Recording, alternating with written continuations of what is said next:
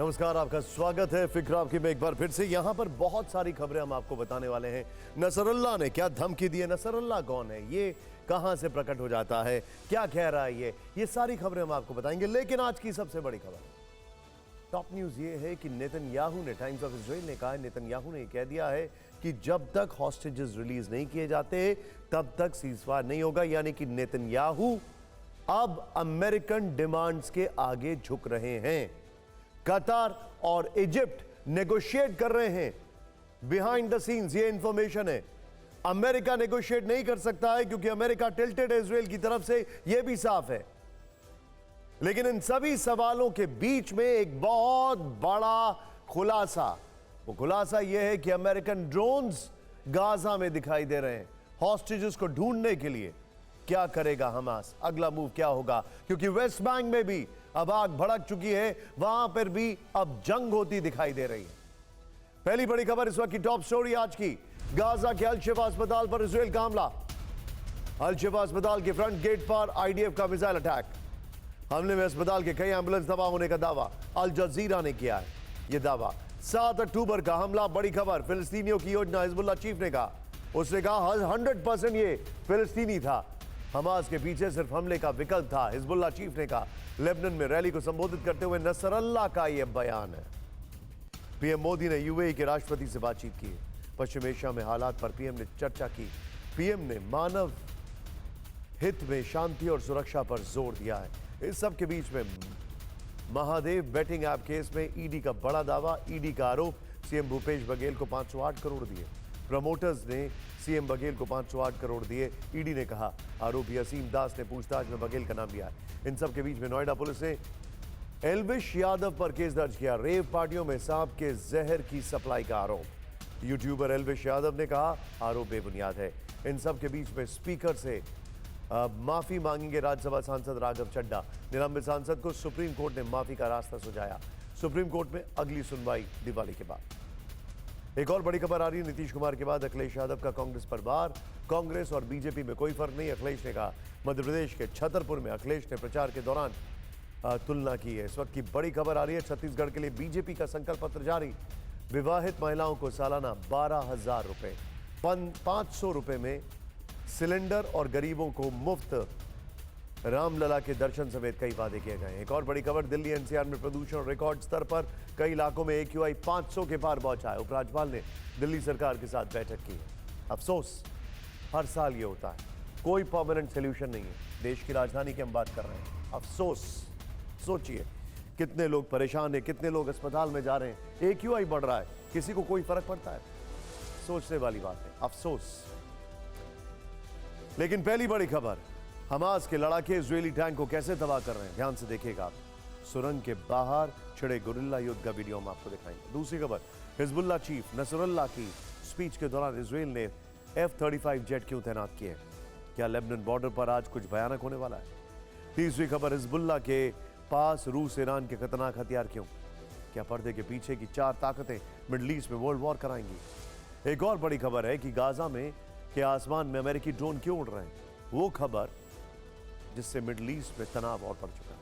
और पांचवी खबर, बाइडेन का सीजफायर प्रस्ताव नेतन्याहू ने नामंजूर कर दिया, आगे क्या होगा, क्या अब ईरान जंग में उतरेगा? गाजा के अल रशीद इलाके में इजरायल ने आज कैसे भीषण बमबारी की? डे 28, वेस्ट बैंक के जेनिन से लेकर यरूशलेम तक ऐसे शुक्रवार को सड़कों पर हजारों की भीड़ उतरी और हिजबुल्लाह चीफ नसरुल्लाह ने अपने भाषण में कौन सा विनाशक संकेत दिया? 2 मिनट में 28वें दिन की वॉर। इजरायली एयरफोर्स ने गाजा के अल राशिद स्ट्रीट इलाके में की बमबारी। हमले के बाद इलाके में उठता दिखा काला धुआं। इजरायल ने हमास के कई ठिकानों पर भीषण स्ट्राइक की। गाजा में हमास की कई सुरंगों, शाफ्ट और विस्फोटक को नष्ट किया। Yalam unit, नहाल brigade, Negev brigade और आर्म फोर्सेस ने मिलकर ऑपरेशन को अंजाम दिया। हमास की अल-कस्साम ब्रिगेड का वीडियो सामने आया। बेट हैनन इलाके में इजरायली डिफेंस फोर्सेस के कई वाहन तबाह करने का दावा।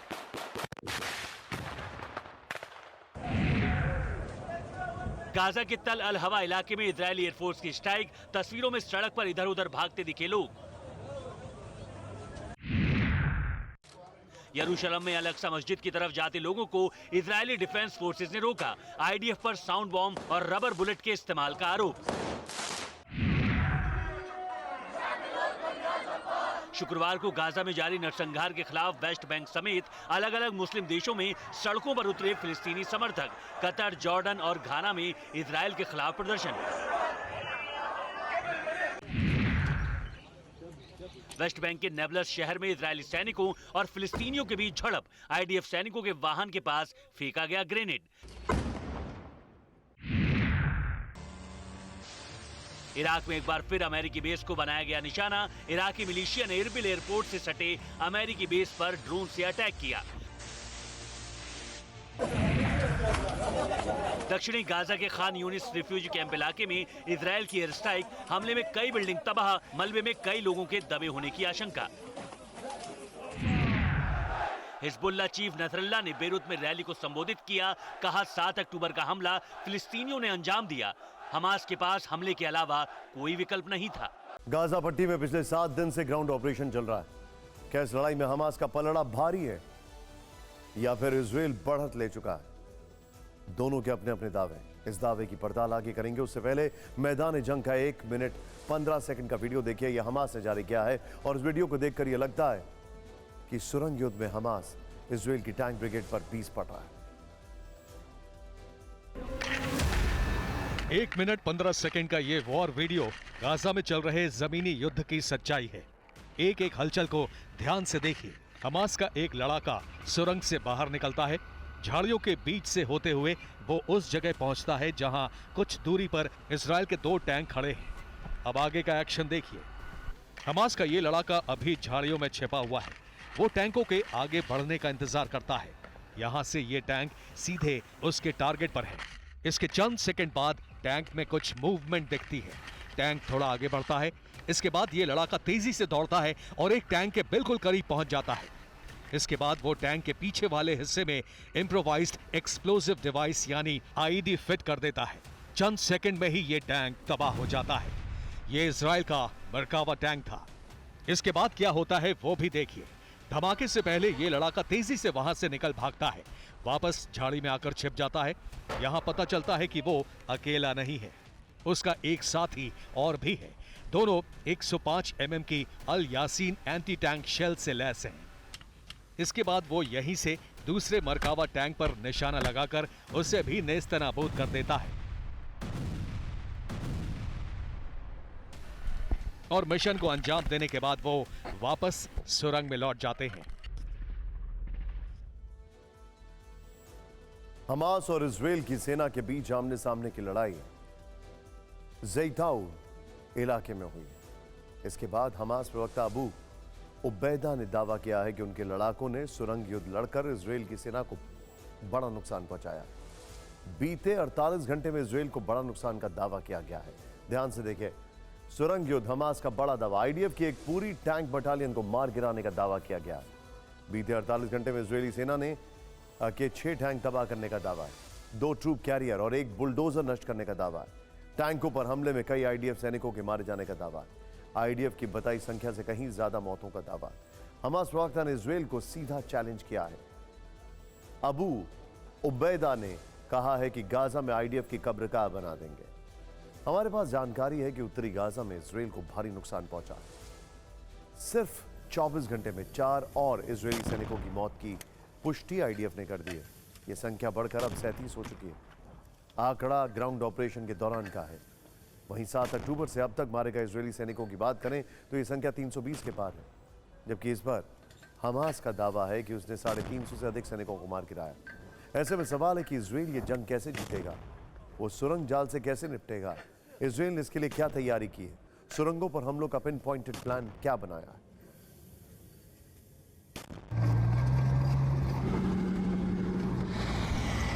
इजरायल की सेना का दावा है कि वो गाजा में हमास के ठिकानों को ढूंढ कर तबाह कर रही है। हमास के लड़ाकों को चुन चुन कर ठिकाने लगा रही है। आईडीएफ का दावा है कि ग्राउंड ऑपरेशन के दौरान गाजा में 24 घंटे में हमास के 130 लड़ाके मारे गए। 7 अक्टूबर से अब तक के दावे की बात करें तो हमास के करीब 13,000 ठिकानों पर हमले हुए, हमास के 1500 लड़ाके मार गिराए। ये जंग जीतने के लिए ग्राउंड फोर्स को हवाई हमलों की मदद भी मिल रही है, लेकिन मैदाने जंग से ऐसी जानकारी है कि इसमें सबसे बड़ी बाधा हमास की 1300 सुरंगें हैं, जिनकी लंबाई 500 किलोमीटर तक हो सकती है, जिनसे हथियारों से लैस हमास के लड़ाके अचानक से बाहर निकलते हैं और फोर्स पर धावा बोलते हैं।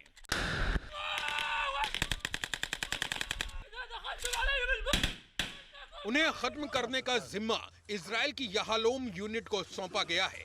इस यूनिट ने आज ही ऐसी ही एक सुरंग का पता लगाकर उसे नष्ट किया, लेकिन सुरंग जाल को भेदने के लिए क्या इतना काफी है? इजराइल के रक्षा मंत्री ने क्या दावा किया, ये भी सुनिए। हमारे पास सभी सुरंगों तक पहुंचने और उन्हें नष्ट करने के लिए अद्वितीय समाधान है। उनके लड़ाके भूमिगत हैं और हम अब इस प्लान पर आगे बढ़ने के लिए तैयार हैं। तो हमास की इन सुरंगों को नष्ट करने का इजराइल का प्लान आखिर क्या है? डिफेंस न्यूज की जानकारी के मुताबिक इजराइल इन सुरंगों में रोबोट सैनिक उतार सकता है। ये रोबोट 2 फीट चौड़ा और 20 पाउंड से कम वजनी है। संकरे सुरंगों में आसानी से दाखिल हो सकता है। इसमें खुफिया जानकारी इकट्ठा करने के लिए 5 कैमरे और माइक्रोफोन लगे हैं। इंफ्रारेड लेजर पॉइंट से लैस है। यह आवाज और वीडियो के साथ एक्शन में आ सकता है और 2 मील प्रति घंटे की गति से चलता है। इसकी खासियत यह है कि यह कोडिंग की मदद से दुश्मनों पर फायर करता है। इससे फायदा यह होगा कि सुरंग की इस रोबोट वाली लड़ाई में इजरायली सैनिकों के जान माल का नुकसान नहीं होगा। हमास के लड़ाके ही मारे जाएंगे। दूसरा ये कि सुरंगों में लड़ाकों की लोकेशन क्या है, ये भी इजरायली सैनिकों को पता चल जाएगा।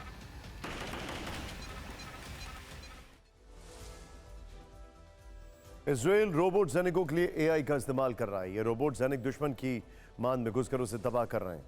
दावा है कि हमास के आतंकियों को इनकी मारक क्षमता का अंदाजा नहीं है। इजराइल का प्लान मास्टर स्ट्रोक साबित हो सकता है। इजराइल के हाइफा पोर्ट के पास धमाका, इस वक्त की बड़ी खबर। धमाके के बाद 20 फीट से ज्यादा उठी लहरें।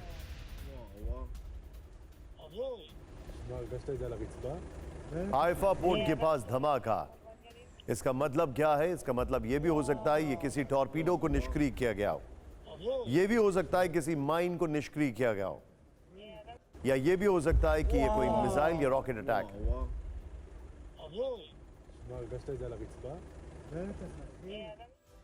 अब गाजा युद्ध से जुड़ी वो खबर जिसका इंतजार पूरी दुनिया कर रही है। गाजा युद्ध के 28वें दिन हिजबुल्लाह चीफ हसन नसरुल्लाह ने लेबनान की राजधानी बेरूत में रैली को संबोधित किया। एक दिन पहले लेबनान की तरफ से हिजबुल्लाह ने उत्तरी इजराइल के किरियात शिमोना इलाके पर 25 मिसाइलों से हमला किया।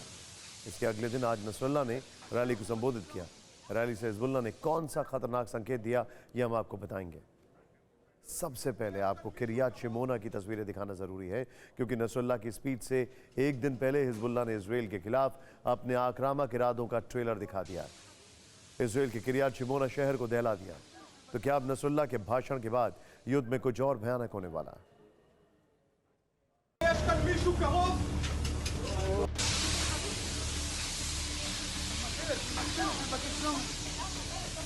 हिजबुल्लाह हमास की तरफ से गाजा युद्ध की आग में कूद चुका है। इसका सबसे बड़ा ट्रेलर भी उसने दिखा दिया है। लेबनान बॉर्डर की तरफ से हिजबुल्लाह ने उत्तरी इजराइल के किरियात शिमोना इलाके में करीब 25 मिसाइल अटैक किए हैं। हिजबुल्लाह की मिसाइल किरियात शिमोना के अलग अलग इलाकों में जाकर गिरी। कुछ मिसाइल एक शॉपिंग एरिया में जाकर गिरी और वहां खड़ी कारों में भीषण आग लग गई।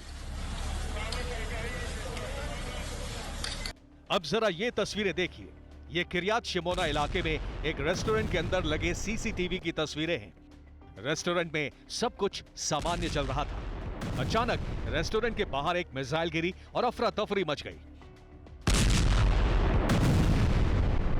रेस्टोरेंट के बाहर की जो तस्वीरें आई, उनमें देखा कि कैसे बाहर सब कुछ आग की लपटों में घिर गया। वक्त हम लोग लेबनान बॉर्डर पर किरियात सिमोना की जगह में हैं और यहाँ इस वक्त हम आपको दिखा रहे हैं उन जगह को जहाँ पर कि हिजबुल्लाह ने ठिकाना रॉकेट से हमले किए थे। इस वक्त आप देखिए हिजबुल्लाह के पोस्ट से महज 1 किलोमीटर दूर किरियात सिमोना का वो इलाका जहाँ पर आप देखिए कि कारें किस तरह से जली हुई है, किस तरह से रॉकेट के हमले से घर, दुकान, लाइब्रेरी सब कुछ यहाँ पर ध्वस्त हो गया है, क्षतिग्रस्त हुआ है, जल गया है। हिजबुल्लाह के इस मिसाइल अटैक में कई घरों, बिल्डिंगों और कारों को भारी नुकसान पहुंचा है।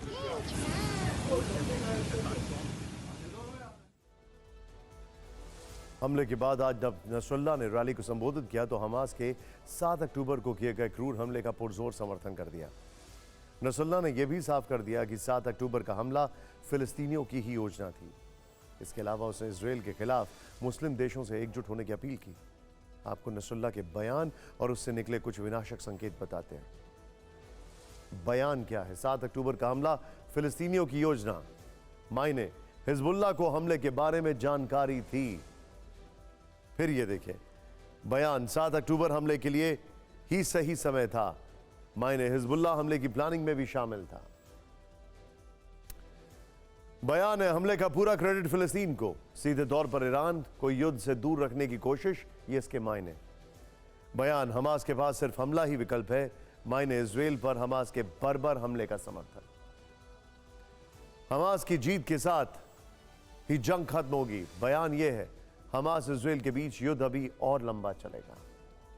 बयान है फिलिस्तीन को हमेशा हिजबुल्लाह का समर्थन। मायने हिजबुल्लाह गाजा युद्ध में हमास को समर्थन जारी रखेगा। नसरुल्लाह ने अपना भाषण खत्म किया तो नेतन्याहू की तरफ से सबसे बड़ी धमकी सामने आ गई। नेतन्याहू ने कहा कि कोई भी गलती तुम्हें इतनी भारी पड़ेगी जिसकी तुमने कभी कल्पना नहीं की होगी। हालांकि आज नसरुल्लाह के भाषण से पहले ही इजराइल और हिजबुल्लाह के बीच जंग तेज हो गई थी। हिजबुल्लाह ने आईडीएफ के कम्युनिकेशन टावर पोस्ट को टारगेट किया तो इजरायली डिफेंस फोर्सेस ने भी जबरदस्त पलटवार किया। आईडीएफ के हमलों में हिजबुल्लाह के 6 कमांडर्स के साथ करीब 50 लड़ाकों के मारे जाने का दावा किया गया।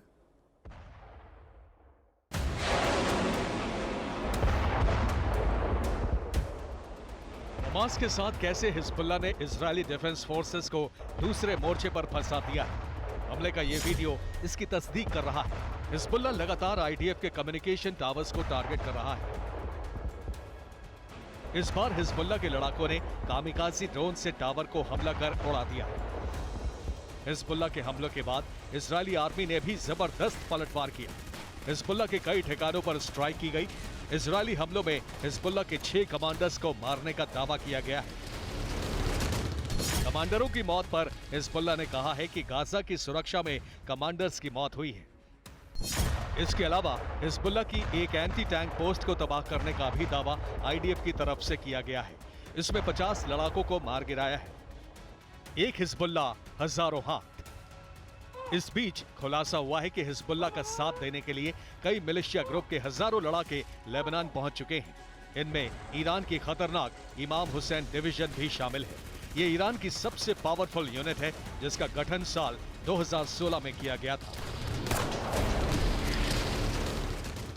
अब आपको बता दें कि हिजबुल्लाह ने कैसे इजराइल को अपने युद्ध के जाल में फंसा दिया। हिजबुल्लाह के युद्ध जाल के तार कैसे सीरिया और रूस तक जा पहुंचे, जो युद्ध को और भड़काने वाले।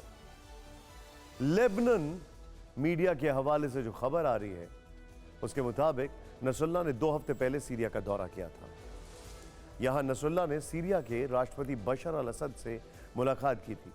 मुलाकात में सभी प्रॉक्सी ताकतों के तालमेल से गाजा हालात का मुकाबला करने पर चर्चा हुई। क्या इस मीटिंग में सीरिया से हिजबुल्लाह को एयर डिफेंस सिस्टम मिलने का रास्ता साफ हुआ? सीरिया के रास्ते वैगनर ग्रुप हिजबुल्लाह को पंतसीर S-1 सिस्टम देगा और कहना गलत नहीं है होगा कि इस पूरे खेल के पीछे पुतिन का ही दिमाग है। इजराइल और हमास के बीच छिड़ी जंग लंबी खिंचने वाली है। अब इसके संकेत साफ साफ दिख रहे हैं। अब तक फिलिस्तीन के समर्थन में बयानबाजी करने वाले देशों की तरफ से हमास, हिजबुल्लाह और हूती विद्रोहियों को विध्वंसक हथियार देने की रिपोर्ट्स आ रही हैं। इजराइल हमास युद्ध के बहाने रूस और चीन मुस्लिम देशों को अपने साथ जोड़ने में लगे हैं। सीरिया और उत्तर कोरिया रूस के इशारे पर चल रहे हैं। इस तरह रूस, चीन, ईरान और उत्तर कोरिया ने एक बड़ा अलायंस बना लिया है। इस खतरनाक गठजोड़ के 4 सबूत आपको दिखाते हैं। पहला सबूत, हिजबुल्लाह को रूस के इशारे पर विध्वंसक हथियार देने की तैयारी। दूसरा सबूत, ईरान ने हिजबुल्लाह को क्रूज मिसाइल दिए। तीसरा सबूत, उत्तर कोरिया मिडिल ईस्ट के संगठनों को खतरनाक हथियार बेच रहा है। चौथा सबूत, इजराइल के पास ऐसी रिपोर्ट्स हैं कि चीन मध्य पूर्व के देशों को उकसा रहा है। सबसे पहले बात इस अलायंस के सबसे बड़े खिलाड़ी रूस की, जिसके इशारे पर सीरिया और वैगनर ग्रुप ने बड़ा फैसला लिया। रूस के इशारे पर वैगनर ग्रुप लेबनान के हिजबुल्लाह को खतरनाक एयर डिफेंस सिस्टम की डिलीवरी करने वाला है। कैसे इस एयर डिफेंस सिस्टम को हिजबुल्लाह तक पहुंचाने की तैयारी है, आप खुद देखें। यह है रूस में बना advance air defence missile system SA-22, जो जमीन से हवा में मार करने वाला एक खतरनाक मिसाइल सिस्टम है। लेकिन जल्द ही ये विध्वंसक हथियार हिजबुल्लाह के हाथों में होगा। अमेरिकी मीडिया में छपी रिपोर्ट्स के मुताबिक अमेरिकी खुफिया विभाग को जानकारी मिली है कि वैगनर ग्रुप सीरिया के जरिए हिजबुल्लाह को SA-22 देने की तैयारी में है। ये रिपोर्ट्स भी है कि सीरिया के राष्ट्रपति बशर अल असद ने हिजबुल्लाह को SA-22 देने पर सहमति दे दी है।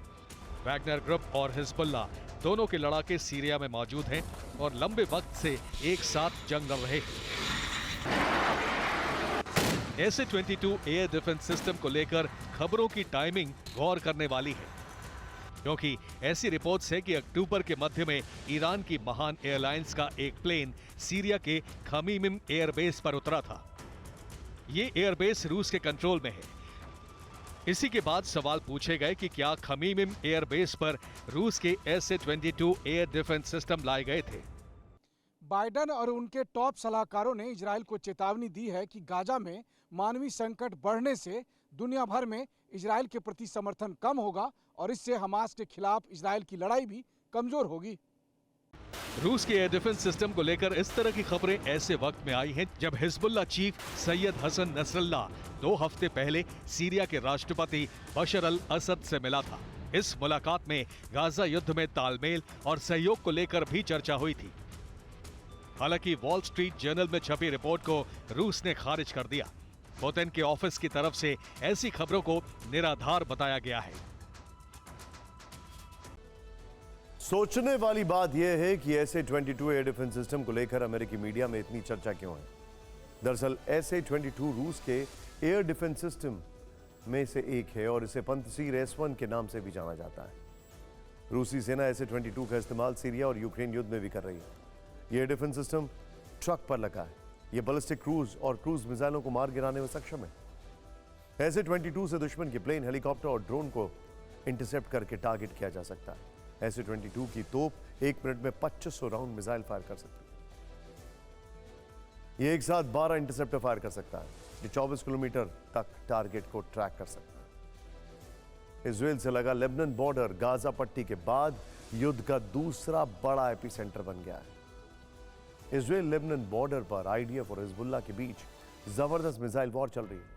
आमने सामने की इस लड़ाई में हिजबुल्लाह ईरान से मिली मिसाइलों का इस्तेमाल भी कर रहा है। ईरान कैसे हिजबुल्लाह और दूसरे संगठनों को मिसाइल सप्लाई कर रहा है, इसका एक सबूत आपको दिखाते हैं।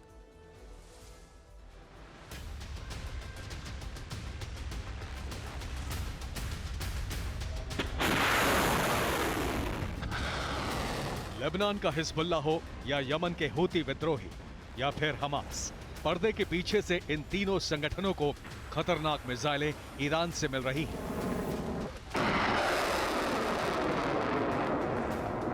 इराकी रेजिस्टेंस फोर्स द्वारा जारी ये तस्वीर इस बात का सबूत है कि किस तरह ईरान की क्रूज और बैलिस्टिक मिसाइलें हिजबुल्लाह और हूती जैसे संगठनों तक पहुंच रही हैं।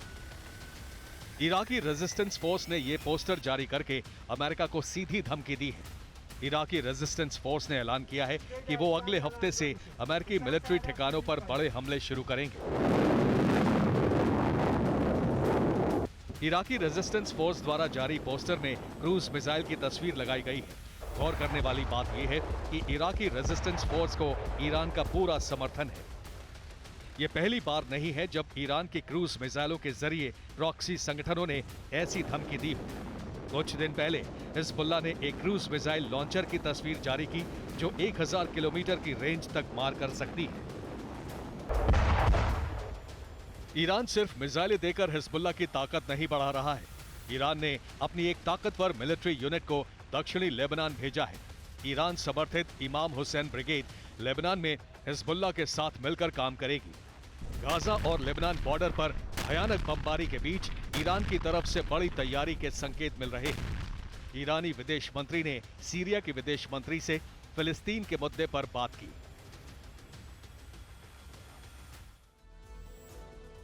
उत्तर कोरिया और चीन की तरफ से भी मिडिल ईस्ट की जंग को और भड़काने की कोशिश हो रही है। दक्षिण कोरिया की खुफिया एजेंसी के हवाले से द वॉल स्ट्रीट जर्नल की एक रिपोर्ट में दावा किया गया है कि उत्तर कोरिया के शासक किम जोंग उन ने टॉप अधिकारियों को फिलिस्तीन का समर्थन करने के आदेश दिए हैं।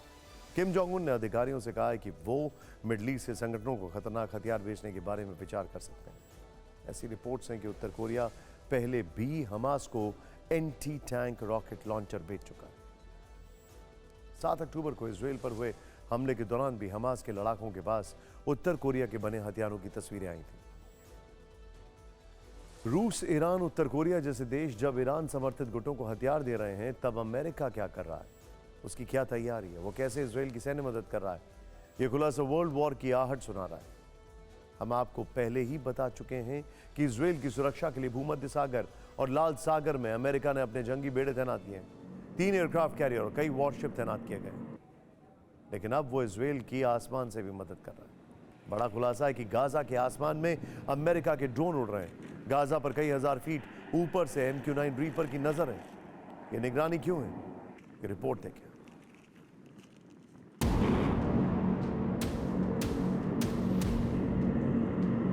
अमेरिका का MQ-9 रीपर ड्रोन ये 2 तरह का होता है, एक किलर, दूसरा सिर्फ सर्विलांस। कहा जा रहा है कि गाजा के आसमान में इन दोनों यही सर्विलांस MQ-9A रीपर ड्रोन लगातार उड़ान भर रहा है।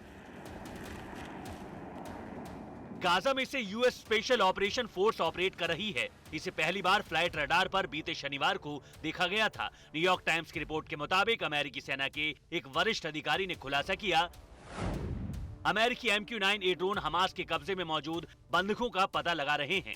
इजरायली फोर्स को उन बंधकों की सूचना दे रहे हैं। कहा जा रहा है कि दक्षिणी गाजा में इन बंधकों के होने की आशंका है।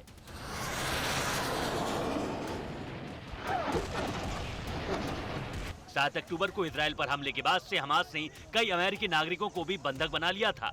अमेरिकी अधिकारियों का कहना है कि उनमें से 10 नागरिक लापता हैं। संभव है कि हमास ने उन्हें बंधक बनाया हो और सुरंगों में रखा हो। लेकिन इस खबर को अगर डिटेल में समझें तो अमेरिका MQ-9 ड्रोन से सिर्फ बंधकों का पता नहीं लगा रहा, बल्कि वो हमास की सुरंगों का भी पता लगा रहा है। और ये जानकारी भी इजरायल के सैनिकों तक अमेरिका के जरिए पहुंच रही है। इजरायल की सेना उन सुरंगों को नष्ट कर रही है। इससे भी यही संकेत मिलते हैं कि इजरायल हमास संघर्ष में अमेरिका अब पहले से कहीं ज्यादा शामिल है। अमेरिका के ड्रोन्स गाजा के आसमान में, ठीक है। अमेरिका के जंगी बेड़े मेडिटेरेनियन सी में इजराइल और गाजा के पास है, यह भी ठीक है।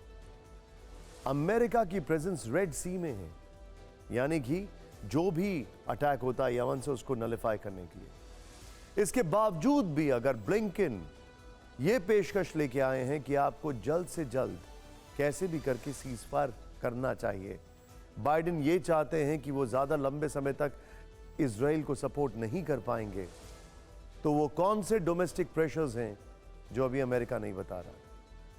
गाजा के आसमान में सिर्फ अमेरिका के ड्रोन ही नहीं उड़ रहे हैं, बल्कि वो लगातार इस कोशिश में है किसी तरह इजराइल को मनाया जाए। अमेरिका को डर है कि कहीं गाजा संकट महाविस्फोटक स्थिति में ना पहुंच जाए। पिछले कुछ दिनों से लगातार ये खबरें आ रही हैं कि राष्ट्रपति बाइडेन इजराइल के पीएम नेतन्याहू से नाराज हैं। गाजा पर बेहिसाब बमबारी और उनकी युद्ध रणनीति बाइडेन के गले नहीं उतर रही है।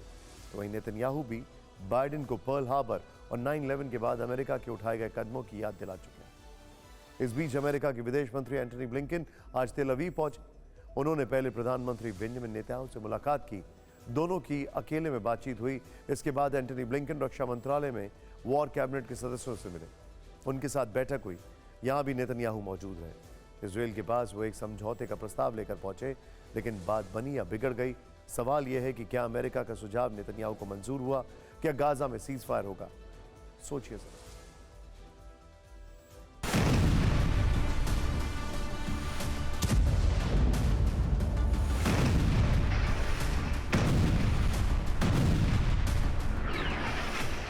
इजराइल हमास जंग शुरू होने के बाद तीसरी बार अमेरिका के विदेश मंत्री तेल अवीव पहुंचे। वो गाजा और बंधक संकट सुलझाने का फॉर्मूला लेकर नेतन्याहू से मिले। खबर है कि ब्लिंकन ने इजरायल के सामने एक प्रस्ताव पेश किया जिसमें इस बात का जिक्र है कि लिमिटेड यानी कुछ समय के लिए सीज फायर हो, कैदियों की रिहाई पर समझौते के लिए हमास तैयार है, लेकिन बदले में इजरायल को गाजा में 50,000 लीटर ईंधन देना होगा। गाजा में राहत ट्रकों की संख्या रोजाना 200 करने की मांग है। सूत्रों के मुताबिक सारे बंधकों की रिहाई पर हमास तैयार है और वो सबसे पहले गैर इजरायली नागरिकों को छोड़ेगा।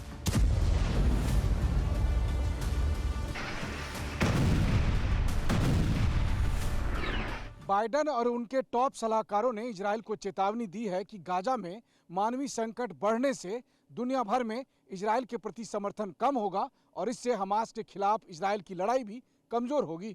अमेरिका का ये भी मानना है कि इजरायल के पास लक्ष्य पूरा करने के लिए समय कम है। मतलब ये कि इससे पहले कि गाजा संकट पर हंगामा खड़ा हो, इजरायल को मिशन पूरा कर लेना चाहिए। लेकिन सबसे बड़ा सवाल ये है कि क्या अमेरिका की शर्तें इजरायल मानेगा? क्या नेतन्याहू सीज फायर के लिए तैयार होंगे? इसका जवाब अमेरिका को झटका देने वाला है। दरअसल ब्लिंकन का प्रस्ताव इजरायल को मंजूर नहीं है, यानी ना तो सीज फायर होगा और ना ही गाजा पर ग्राउंड ऑपरेशन रुकेगा।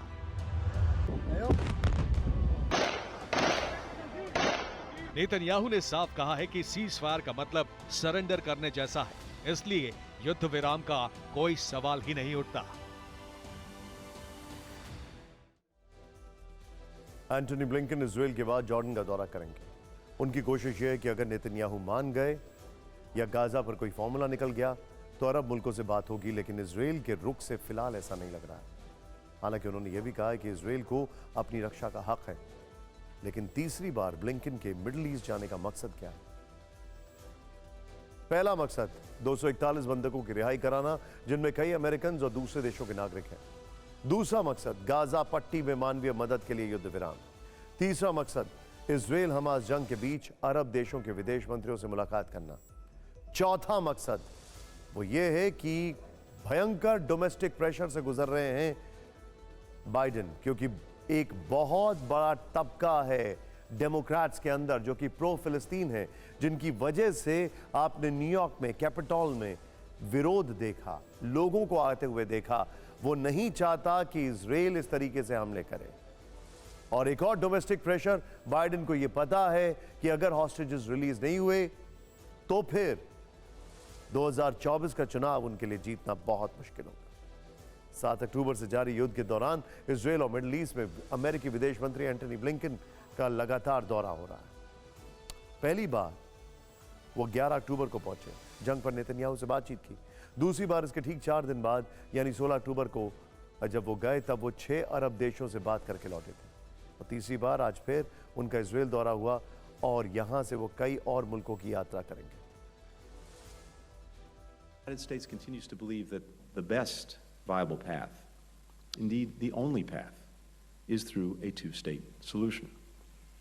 That's the only guarantor of a secure Jewish and democratic Israel, the only guarantor of Palestinians realizing their legitimate right to live in a state of their own, enjoying equal measures of security, freedom, opportunity, and dignity. हुजूर आते आते बहुत देर कर दी। अब जब ये साहब 2 states की बात कर रहे हैं, अब पहले भी कर रहे थे, लेकिन तब तक बहुत पानी बह चुका है। इनके युद्ध पोत आ चुके हैं, इनका लॉजिस्टिकल सपोर्ट आ चुका है, इन्होंने हथियार दे दिए हैं। सच्चाई ये है आज के हालात में कि इजिप्ट और कतर को अगर छोड़ दें तो नेगोशिएशंस करने के लिए एक मुल्क नहीं है। अमेरिका के ऊपर कोई यकीन नहीं कर रहा है और यूएन तो डेटा कलेक्शन सेंटर बन के रह चुका है। इजरायल ने ऐलान कर दिया है कि युद्ध तभी रुकेगा जब गाजा से हमास का नामो निशान मिटा दिया जाएगा। गाजा पर बमबारी और गाजा पट्टी की तबाही होना जारी है। ऐसे में सवाल यह है कि युद्ध खत्म होने का या सीज़फायर लागू होने के बाद गाजा का भविष्य क्या होगा। गाजा का भविष्य तय करने के लिए अमेरिकी विदेश मंत्रालय ने बड़ी मंत्रणा शुरू कर दी है। गाजा के बारे में अमेरिका और इजरायल ने मिलकर क्या क्या प्लान बनाए, इस रिपोर्ट में।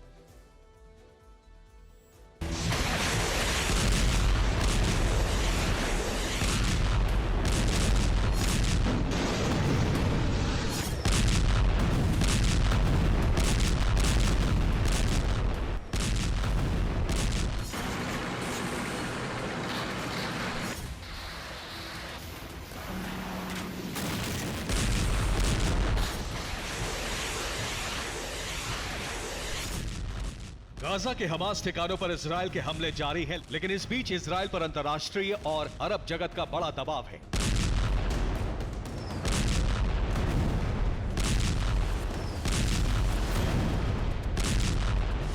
इजरायल हमास के ठिकानों पर बमबारी करता है, लेकिन घनी आबादी में बने इन ठिकानों पर हमले होने से निर्दोष फिलिस्तीनी भी मारे जा रहे हैं। इसलिए इजरायल ने उत्तरी गाजा खाली करने का आदेश जारी किया था, ताकि खाली हो चुके गाजा पर विनाशक वार करके हमास की सुरंगों का जाल खत्म किया जा सके।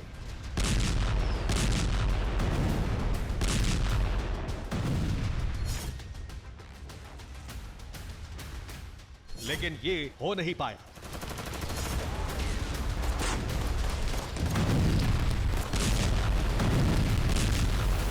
और अब सवाल है कि गाजा का भविष्य क्या होगा।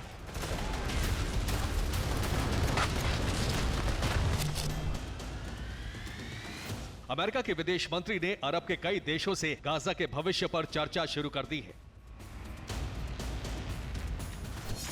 अमेरिकी विदेश मंत्रालय ने अरब देशों से गाजा पर चर्चा शुरू कर दी है। विदेश मंत्री एंटनी ब्लिंकन अरब देशों के विदेश मंत्रियों से मंत्रणा कर रहे हैं। चर्चा हो रही है कि गाजा में इजरायल का ऑपरेशन जल्द खत्म कराया जाए। इजरायल का ऑपरेशन खत्म होने के बाद गाजा में शासन किसका होगा? गाजा में सरकार बनाने के लिए कई तरह के प्लान तैयार किए गए हैं। अमेरिका और इजरायल मिलकर क्या क्या प्लान बना चुके हैं और क्या क्या खारिज हो चुके हैं, ये जानिए। इजरायली डिफेंस फोर्सेस ने गाजा पर कब्जे का प्लान बनाया, लेकिन बाइडेन प्रशासन ने इसे खारिज कर दिया। प्लान ये भी सामने आया कि गाजा के फिलिस्तीनियों को मिस्र के सिनाई में बसा दिया जाए, लेकिन इजरायल ने इसे गलत बताया। इजरायली रक्षा मंत्रालय ने कहा कि हमास का शासन खत्म करना मकसद है, गाजा पर कब्जा नहीं किया जाएगा। इजरायल ने फिलिस्तीनी अथॉरिटी की सरकार गाजा में बनाने का प्लान बनाया, लेकिन फिलिस्तीन अथॉरिटी के पास गाजा को नियंत्रित करने की ताकत नहीं है। ये सभी प्लान नाकाम हो चुके हैं, लेकिन अमेरिकी विदेश मंत्रालय की कोशिश है कि अरब देशों को इस प्लान में शामिल किया जाए। अमेरिकी विदेश मंत्रालय गाजा का भविष्य तय करने के प्लान में अरब देशों को शामिल करना चाहता है, इसीलिए ब्लिंकन इजरायल पहुंचे। ब्लिंकन जॉर्डन भी जाएंगे। उनकी कोशिश है कि उनके प्लान में कतर, तुर्की, जॉर्डन और इजिप्ट को भी शामिल किया जाए। अब अमेरिका की कोशिश है कि गाजा में एक ऐसी सरकार बनाई जाए जिसका शासन गाजा के लोग स्वीकार कर सके। प्लान अमेरिका और इजरायल ने तैयार किया है। पहले गाजा से हमास का शासन खत्म किया जाएगा, इसके बाद गाजा पट्टी में अंतरिम सरकार स्थापित की जाएगी। इस सरकार को यूएन का समर्थन प्राप्त होगा। साथ ही अरब देशों के सुल्तान और शासकों को गाजा सरकार में शामिल किया जाएगा। सरकार में कतर, जॉर्डन, मिस्र को शामिल करने का प्लान है। ये प्लान कामयाब होगा या नहीं, ये दावा नहीं किया जा सकता। ये तय है कि इजरायल के हमले हमास के खात्मे तक नहीं रुकने वाले।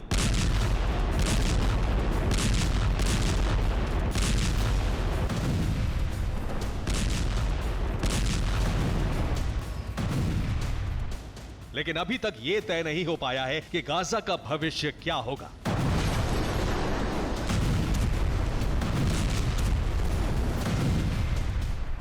Bureau report, TV9 Bharatvarsh.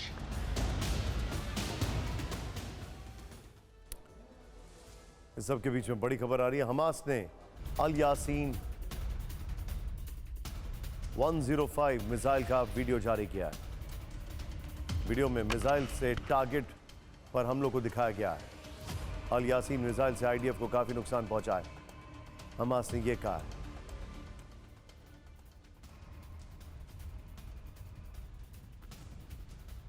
अल शिफा गाजा का सबसे बड़ा अस्पताल है। कम से कम 500 कमरे हैं इसमें। बहुत चिंताजनक तस्वीरें आ रही हैं। अब देखते हैं top 9। Mahadev betting app case में प्रवर्तन निदेशालय का बड़ा दावा। छत्तीसगढ़ के सीएम को ऐप के प्रमोटर्स ने 508 करोड़ रुपए दिए। मामले की जांच जारी। गिरफ्तार आरोपी असीम दास ने ईडी को दी जानकारी। प्रमोटर ने दुबई से बघेल के लिए भेजे थे रुपए। चुनाव में खर्च करने के लिए कांग्रेस को भेजे गए। ईडी ने एक घर और होटल में खड़ी कार से कैश किया बरामद। रायपुर में केंद्रीय गृह मंत्री अमित शाह ने जारी किया बीजेपी का संकल्प पत्र। 500 रुपए में गैस सिलेंडर, 15 लाख का बीमा देने का ऐलान। मध्य प्रदेश के रीवा में जेपी नड्डा ने सभा को किया संबोधित। कांग्रेस पर किया हमला, कहा दिल्ली दरबार में पैसा पहुंचाते हैं बघेल, कमलनाथ और गहलोत। जल जीवन मिशन घोटाला मामले में राजस्थान में ईडी की छापेमारी। मनी लॉन्ड्रिंग केस में एक आईएएस अधिकारी के ठिकाने सहित 25 जगहों पर छापे पड़े। दिल्ली एनसीआर की हवा हुई और जहरीली। आज भी 13 इलाकों में AQI यानी एयर क्वालिटी इंडेक्स 400 के ऊपर। गैर जरूरी निर्माण और तोड़फोड़ पर रोक। दिल्ली में भारत मंडपम में वर्ल्ड फूड इंडिया 2023 की हुई शुरुआत। पीएम मोदी ने प्रदर्शनी का किया उद्घाटन। 80 देशों के प्रतिभागी हुए शामिल। यूट्यूबर एल्विश यादव पर नोएडा में FIR दर्ज। विदेशी लड़कियां ड्रग्स गैर कानूनी तरीके से रेप पार्टी करवाने का आरोप। पार्टी में सांप के जहर का इस्तेमाल करने का भी आरोप। झारखंड में स्टाफ सिलेक्शन कमीशन की नियुक्ति। परीक्षा में विवाद। रांची में छात्रों ने किया प्रदर्शन। सरकार पर भ्रष्टाचार के आरोप लगाए। 10 बजे देखिए ईरान का ऑपरेशन 9। नसरुल्लाह का लक्ष्य इजराइल।